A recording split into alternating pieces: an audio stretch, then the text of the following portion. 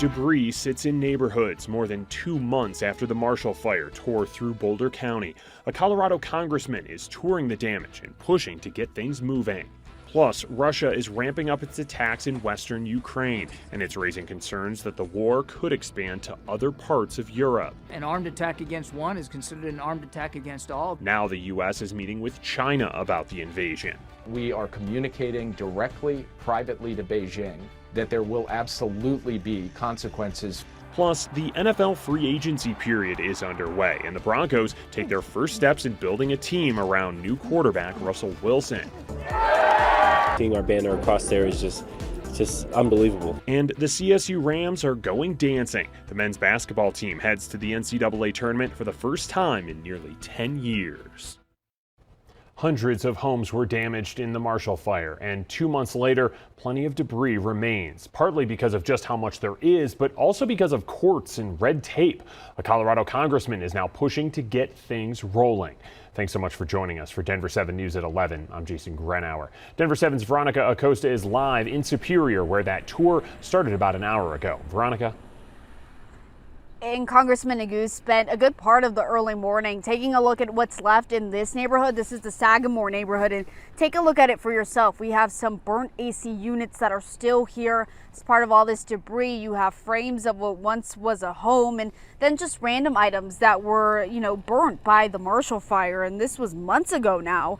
Goose took a walk up and down some of these streets in this neighborhood. This isn't the congressman's first time, of course, stepping in to help here. Earlier this month, he was able to get FEMA to agree to cover the costs of removing foundations, basements, and some of the burned vehicles in the Marshall Fire zone. Nearly a month ago, he also spoke about solutions he's looking into for families underinsured. And one of the toughest parts of all this, of course, is working to get that debris removed from this area. Families have been waiting for weeks, if not months. In February, Boulder County commissioners awarded the cleanup to a Louisiana-based company. That company said it was capable of starting that cleanup by March 1st and finishing up by July 1st if there were no weather delays. But we're 14 days into the month now and still nothing. That's because of lawsuits that are currently holding up that process. On Friday, though, a judge is set to hear arguments about the removal lawsuits. Boulder County says the judge should block any holds on the contract because it was done properly, and any delay would cause more harm than help some of these fire victims. Now, if that injunction is denied, Boulder County says cleanup, it could still be completed in July. And Jason, that is all part, or was part rather, of that original timeline. We're in Superior this morning. I'm Veronica Acosta, Denver 7. Veronica, thank you. And city leaders in Superior will be talking about the infrastructure of the neighborhoods damaged in the fire. Their meeting is at 7 tonight. Leaders want to hire a consultant to assess damage to things like sidewalks, water service lines, and the town's sanitary and storm sewer facility. And in Louisville, the city will talk about its partnership with Superior and Boulder County to remove debris. That meeting is tomorrow night at 6. Well, many people tragically lost their pets in the Marshall Fire, and one Colorado man wants to make sure pets will be safe in any future disasters. David Crawford lost his home in Superior. He was able to save his cats and take a few of his belongings with him. He says the hardest part for him was that many pets didn't make it out. So now he's developing an app for neighbors to notify each other about their pets in an emergency. Establish a network of trusted neighbors who know your animals, who've met your animals, who know their medications, who know how to transport them. And then you either say, I need help, or I can provide help. Now, these are just mock-ups of what that app could look like. It doesn't have a name yet, but Crawford says he expects it to be finished in August. New at 11, the Colorado Mental Health Institute says there's a chance the man charged in the King Soopers shooting could be ruled competent to stand trial. In a report filed on Friday, the hospital says Ahmad Alyssa could be competent if he uses medication.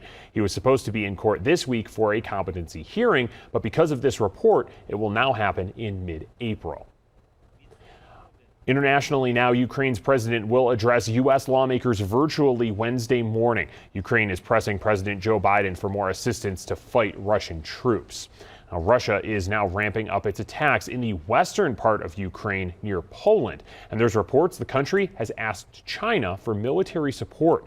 Elizabeth Schulze reports on the latest developments.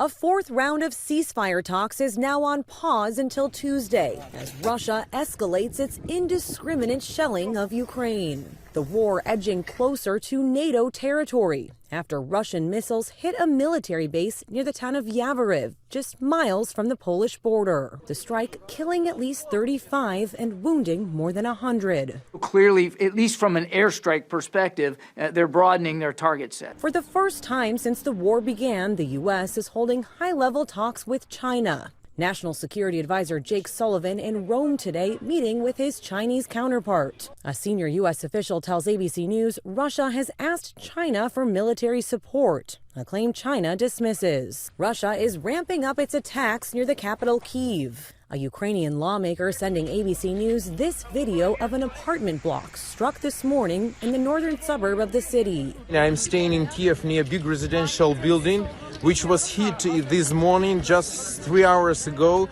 by direct heavy artillery shell. Among those killed in the war, American journalist Brent Renaud, who was on assignment for Time Studios. Time issuing a statement saying, "We're devastated by the loss. Our hearts are with all of Brent's loved ones. It's essential that journalists are able to safely cover this ongoing invasion and humanitarian crisis in Ukraine." Elizabeth Schulze, ABC News, Washington. And just within the last hour, we learned President Joe Biden may travel to Europe soon. The White House is in early discussions about the trip, which could include a stop in Poland.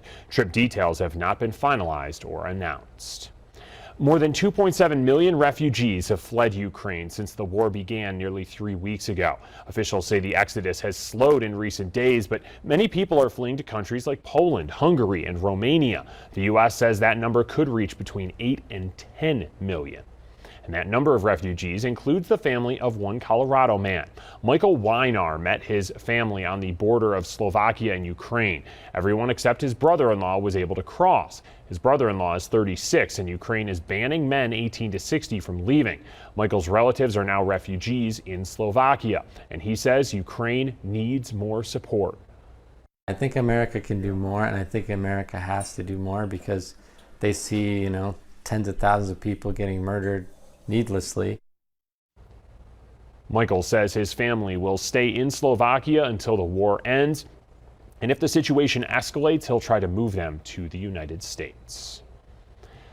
Back here at home, Denver wants to expand affordable housing by requiring developers to include affordable units in developments with 10 or more units. But how many will be required and who's eligible? Denver 7's Christian Lopez takes a closer look at the proposal.